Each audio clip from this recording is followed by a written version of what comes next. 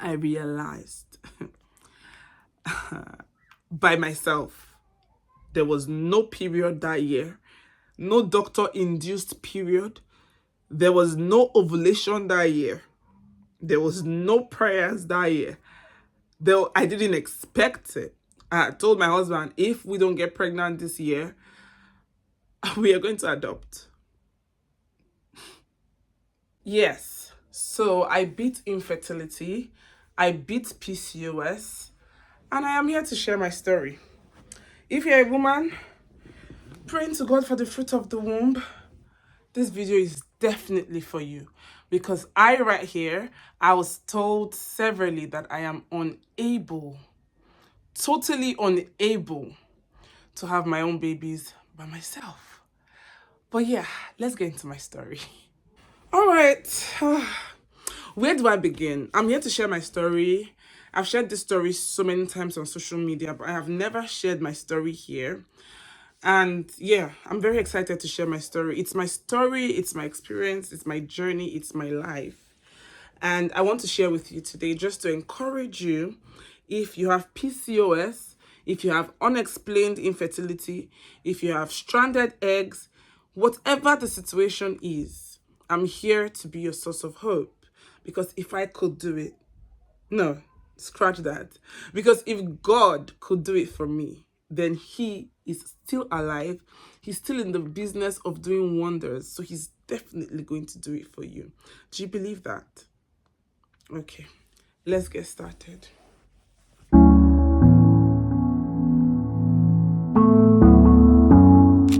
I have been stacking loads of pillows just to get very comfortable and give you guys this gist. Okay. So I got married 9 years ago. And of course, I was excited and I had so much expectations. One of which was, getting pregnant and having my own babies because I got married really young, really early. So I don't know what young is to you, but I was turning 23 on the year that I got married. And I was just very excited that I was going to have my kids immediately after marriage. But there was a silent fear in me because I knew that I had PCOS. As a single girl in uni, I had done everything I could concerning this PCOS. I had gone to different doctors. And the last doctor I went to when I was in uni said to me that, listen, this thing has no cure. You just have to manage it. And the disadvantage of it is when you're ready to get pregnant, you might not get pregnant. And when you're not expecting a baby, you might have a baby. But there is really nothing that can be done. That's what he said to me. And this was an elderly man. He had practiced medicine for like 30 something years or so. So I really believed him, right? So in as much as I was excited after my wedding, I still had that silent fear. When you have that silent voice that is telling you, are you sure? And I just silenced the voice with, God forbid, with declarations, yeah? But really, really, it started happening. After wedding, there was no baby. There was no baby. There was no hope whatsoever. So I started going to hospitals. I didn't really bother about my husband that much. My husband went to hospital once, did all the necessary tests, and he was fine. Oh, that feeling when you are the one, you are the reason.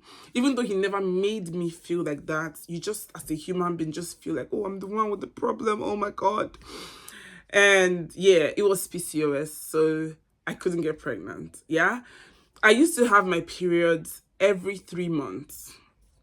And then it later became once in 4 months. After marriage, my period will not come at all. 3 months, 4 months, 5 months, no periods whatsoever. So when we're trying for a baby, of course, we're trying for a baby immediately after marriage. I went to different doctors. I remember everything like it was yesterday. I went to different doctors to seek help, and they would try their best to induce my period. So they would give me contraceptives. Most times when you take the pill and you stop for a while, when you stop, you will now bleed, right? So they were using that method. They would give me contraceptives and then I will bleed.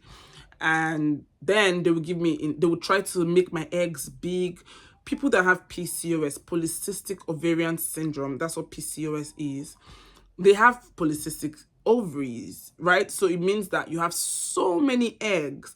And that's why people with PCOS, they tend to have multiple babies because they have so many eggs.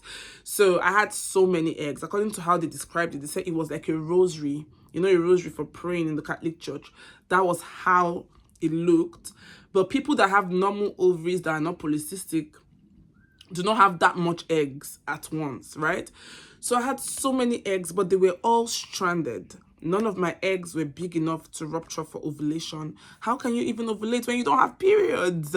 You don't have periods, so what are you ovulating for, or how are you going to ovulate? Yeah, so it was crazy. And they would give me medications. I was on metformin. I was on so many medications, and they would give me injections to try to rupture one of the eggs to see if I can ovulate and if it can hold a baby, right?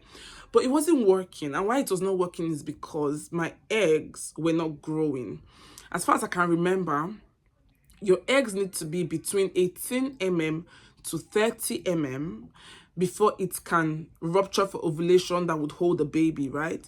But my eggs were 6 4 and the biggest egg, I think, was 12. The biggest egg I had ever, all through this procedure was 12 And they still tried. But after so many trials, they would tell us when to have sex. They would tell us, after all of these, they came to a conclusion that I can't get pregnant naturally, right? I can't get pregnant because, yeah, it is what it is.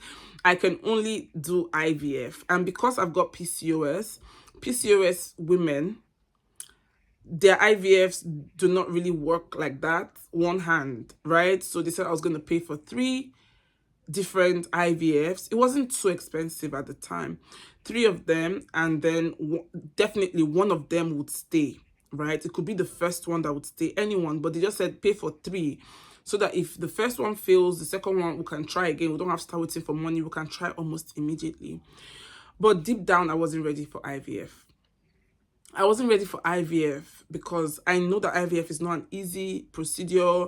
Emotionally, I wasn't just ready for IVF. Not because I have anything against IVF, but I said I was not going to do IVF, right? So I would fate it.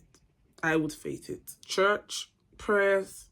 Myself and my husband wanted twin girls. We had named them Kaima and Kyra. Those are Igbo names, right? We named them, and people around me that loved me were calling me Mommy Kaima, Mommy Kaima, Mommy Kaima. You know, I would buy things for the babies. When our friends travel abroad, they would buy things for Kaima and Kyra as presents for us. And we're ready. Like, God, we are ready. You know, we are ready. These kids, they have their towels, they have everything that they need. They have us. We're ready. We're ready to carry these babies. But it wasn't happening. It wasn't happening. And somebody said to me, oh, if you do HSG, you can get pregnant, because she had HSG done, and as soon as they finished the procedure, she got pregnant. So she was like, oh, HSG helps. HSG is then passing like an ink through your tubes to ensure that your tubes are not blocked. That's the only way I can remember this. I hope I'm giving the right description, but that's it. And I did HSG. I will never forget. Because if you're looking for a child, you know that we always the way pregnant women open their legs, that's how we open our legs up and down for doctors and nurses to do different procedures. And HSG, they said HSG was not painful. They said, no, it's just a little bit uncomfortable. It's not painful. Oh my God, to me, HSG has to be one of the most painful things I've had to go through. Maybe not, but it was really painful. I expected it not to be painful, but it was really painful. After HSG, did I get pregnant? Nope, I didn't get pregnant still. And I believe that God gives children. I believe that it's only God that gives children. And that's why when I started this video, I said, even if you have blocked tubes, it's only God. That's why people go and do birth control and they will still get, it's only God that really gives these things, right? And he's my father. Why will I be suffering? One of the things that hurt me the most when I was going through this is the fact that As a young single girl, I was very empathetic towards people that didn't have babies, women that were looking for the fruit of the womb. I was very passionate about them. I would always pray for them. If I meet anybody anywhere and I just hear that, oh, that woman has been looking for a child, I would take that matter on top of my head in my place of prayer, and I'll always mention your name in my place of prayer. I will dedicate time to pray for you. You get what I mean? By myself, without even knowing. There was time that my aunt's friend, I just met her and I heard that kind of thing. I prayed. This woman already had a baby. I didn't know, because this is not somebody I see every day or somebody that I know. Until one day I now asked, because I've been praying for her, and I asked my aunt, oh, what's after your friend? Ah, she was giving birth. I was like, oh my God, she's been in my prayers. So I felt cheated. I felt like I've invested prayer for other people concerning this matter. How can I now go through this thing? I've invested my prayer. I've invested my own time and my emotions towards these people. It didn't make sense why I had to go through this whole thing, yeah? And it was so hard. And we would pray every night. We'll wake up with the baby things and we'll give thanks. We'll lift it up. We'll dance. We'll celebrate. Every time in church, when somebody's doing baby dedication, whether I know you or I don't know you, I'm gonna go out and support you. I'm gonna give offering to those babies or to your child, and I'm gonna dance. And I would tell God, this is how people will gather for my own. I would pray. Every month I would say, I forbid this month from coming to an end without me getting pregnant.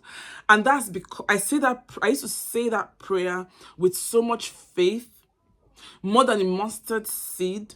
So much faith. There is hope, and there is faith, and there is passion. My own was faith. So much authority, so much faith. This month I forbid you. My father is the owner of this earth. I, his child, cannot come out. Guy, I said I pray. My dear brothers and sisters in Christ, the month will come to an end under my nose. And I will do the pregnancy test and it will be negative. I will be so heartbroken. Sometimes I'll say, no. It's not in my urine yet. Let me go to the hospital and do a blood test with so much faith. And I'll go, to be negative. I remember one day I told one of the lab guys, I was like, this test is not correct. I'm going to come back because I'm pregnant. And I trashed it in the bin because I was like, nah, I am pregnant. I know I'm pregnant. I can feel it. I am pregnant. I did all of these and many more. Many more, like offering. Every single service, I go to church twice a week, and twice I will have 3 envelopes with good money in them. And those offerings represented my babies, the 2, and then 1 for me, so 3 envelopes. That was a ritual. For years, that was a ritual. And I did all of these. I didn't get pregnant though. So if you're going through anything like this, look at me. I know what you're going through. Maybe you went through it for more years than myself. Maybe you are still going through it at the moment. I know what you're going through, and I'm just glad that you found this video, and I'm glad that you're listening to me. Even though it's not baby that you're waiting on God for, or you're believing God for, this video can still help you generally, because I've been there. I've waited before. And it's the most difficult place to be. One of the most difficult things about waiting is you don't know how long you're going to wait for. Imagine waiting for a husband. You don't know if you're ever, like, you will literally see people in their 60s that waited and they never got husbands. You would see them and you'd be like, would this be my case? Waiting for a baby, you would see people that have been married for 23 years, 16 years. And you are 2 years in that journey of waiting, and you're like, like, you don't know if you're going to wait for 10 years, if you're going to wait forever, if you're going to wait for 20 years, if you're going to wait for just 3 years, you don't know. So that's why it's difficult to wait, because if they tell you, oh, you're not going to have babies for 5 years, you can really channel your energy for 5 years into something else, in it. But every single time you are hopeful, you are having sex, you are hopeful. Do you get what I mean? You're raising your legs up so that to go inside very well. You're doing everything that you know how to do by your own power. And you take laws into your hands in the place of prayer and you say, no, I'm not going to be here and the devil will be playing with me. No, God said I should come into this world and multiply. I should be fruitful. I'm fruitful in Jesus' name. I'm fruitful. I'm going to multiply.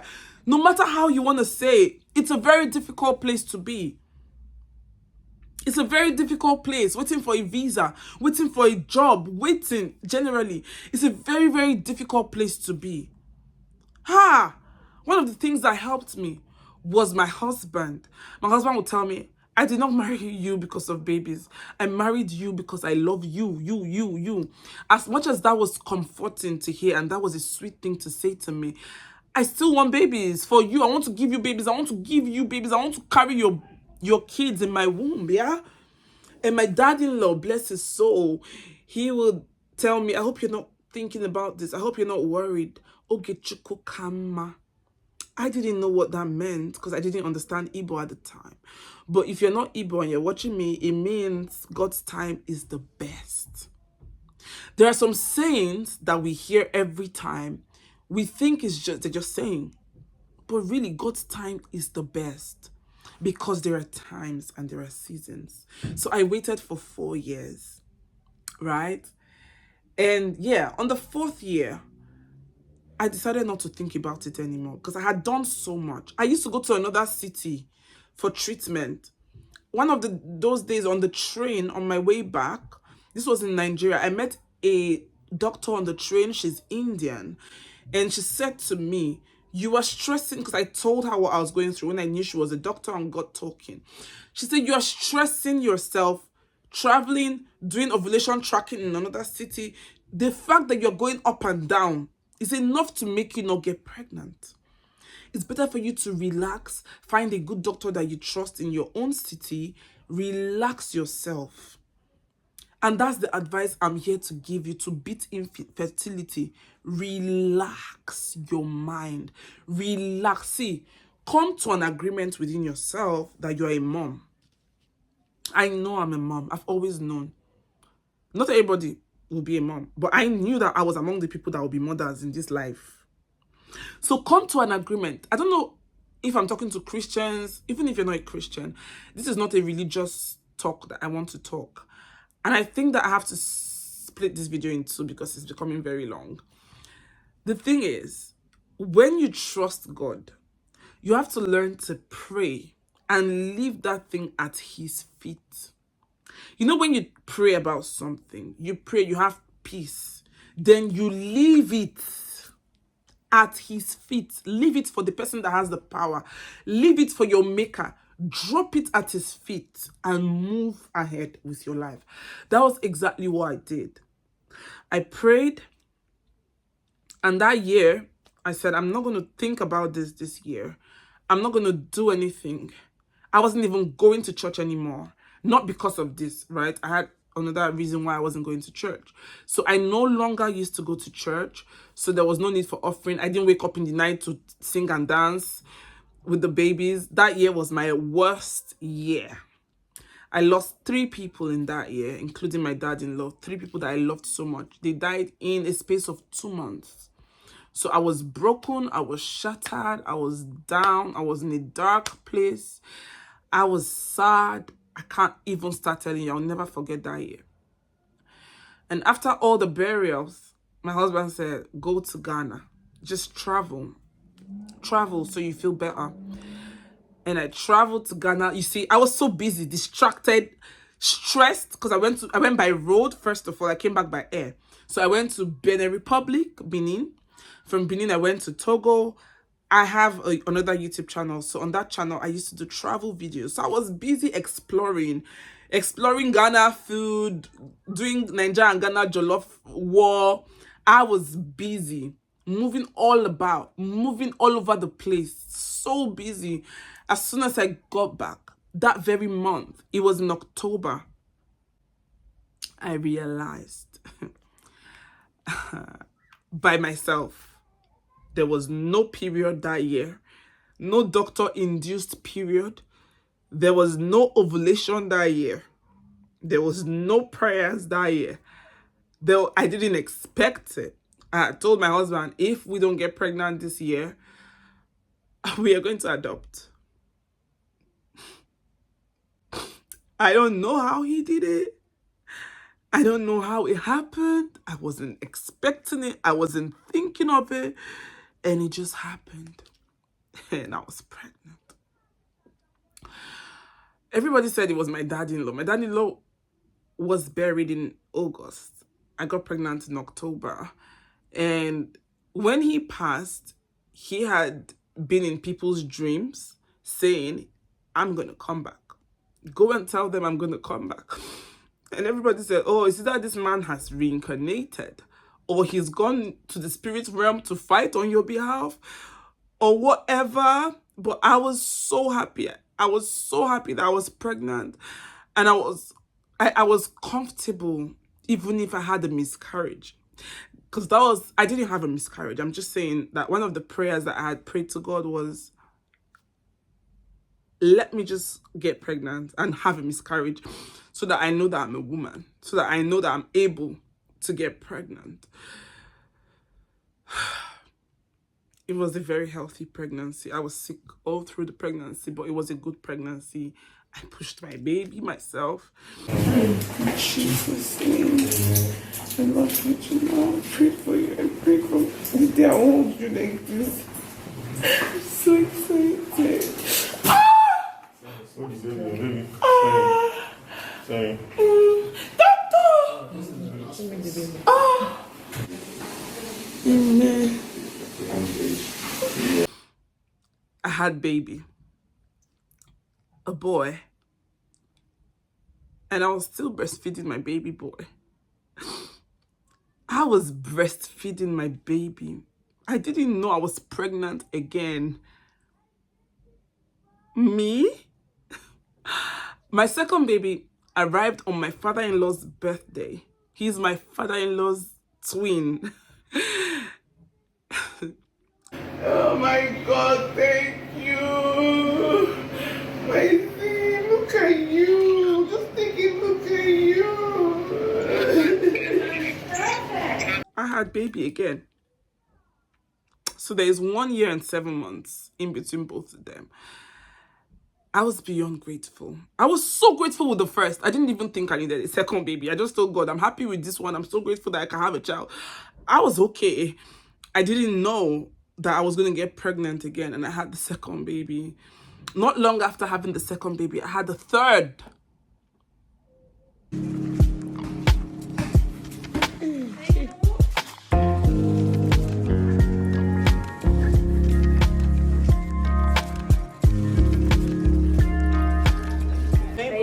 Mabel. Yeah? Okay, please just look where baby's recording. Look. Who knows, we might have been wrong, there might be another one. Yeah, the girl baby's in there. Well done. And that was Barren. People started making comments like, oh, every year you're pregnant. Like, same people. That's why I say don't take people seriously, ever. Don't ever take people seriously. Same people started shaming me. Even recently, somebody had a misunderstanding with me, and she called me a baby farm. And she thinks she's insulting me. She thought she was insulting me. I'm a baby farm. I suffered. I went through a journey to become a baby farm. It's not easy to be a baby farm. Really. She called me a baby farm. Me. I was pregnant in 2019. I had baby in 2020. I was pregnant in 2021. I had baby in 2022. I was pregnant in 2023. I had baby in 2024. Am I pregnant now in 2024? No. This is not a baby.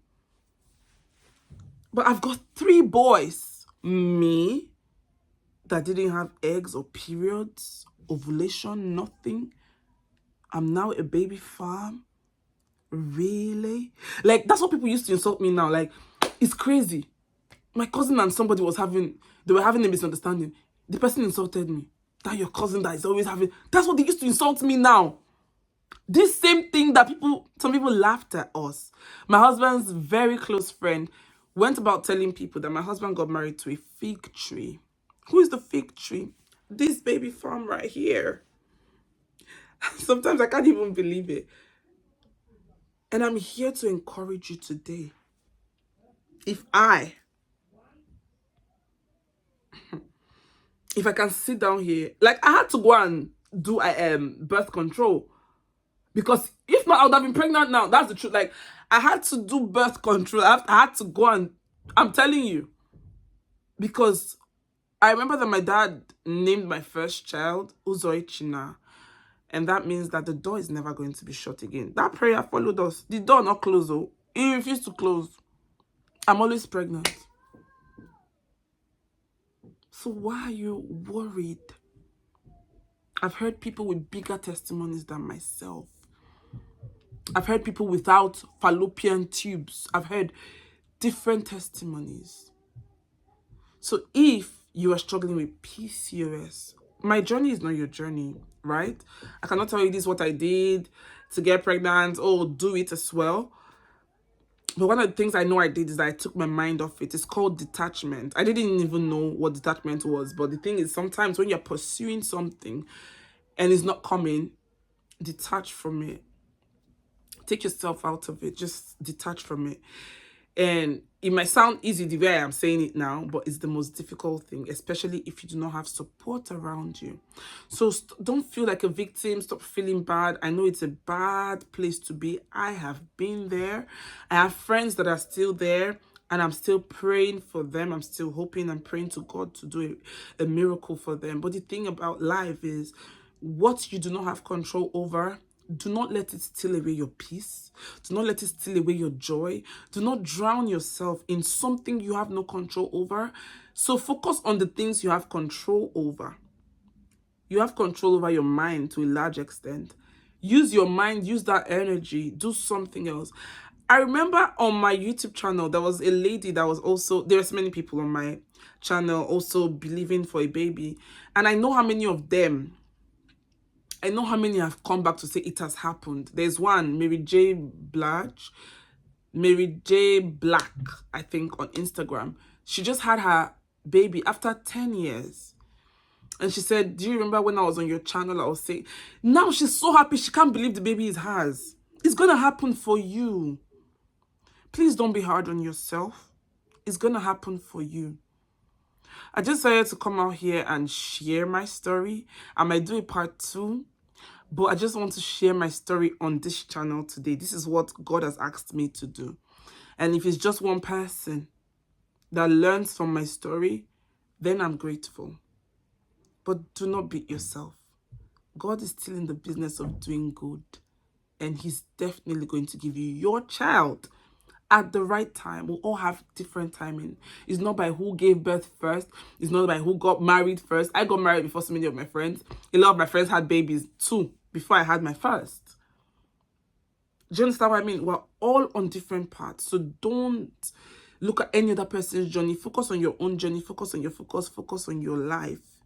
And your life is not going to remain the same when you start living things at God's feet and moving on and focusing on those things that you have control over. I hope this video has blessed you. If it blessed you and you want to be part of this channel, please smash the subscribe button. Share this video with someone that you think would need this video at this moment. Share this video with that person today. Thank you guys so much. I love and appreciate you. I'll see you in the next one. Bye now.